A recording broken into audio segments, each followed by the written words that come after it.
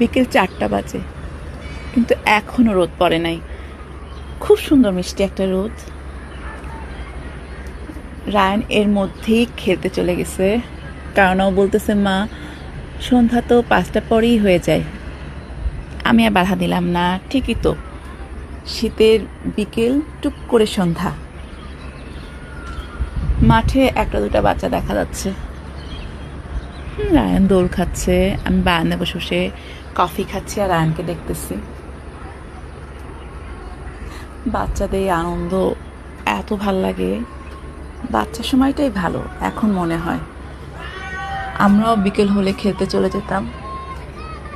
চারদিকে মানে বাচ্চারা হই হই করে মাঠে নেমে গেছে, আওয়াজ শোনা যাচ্ছে। আমরাও বিকেল হলে মানে মন, আমাদের এরকম বড় মাঠ ছিল না, সামনে একটু জায়গা ছিল।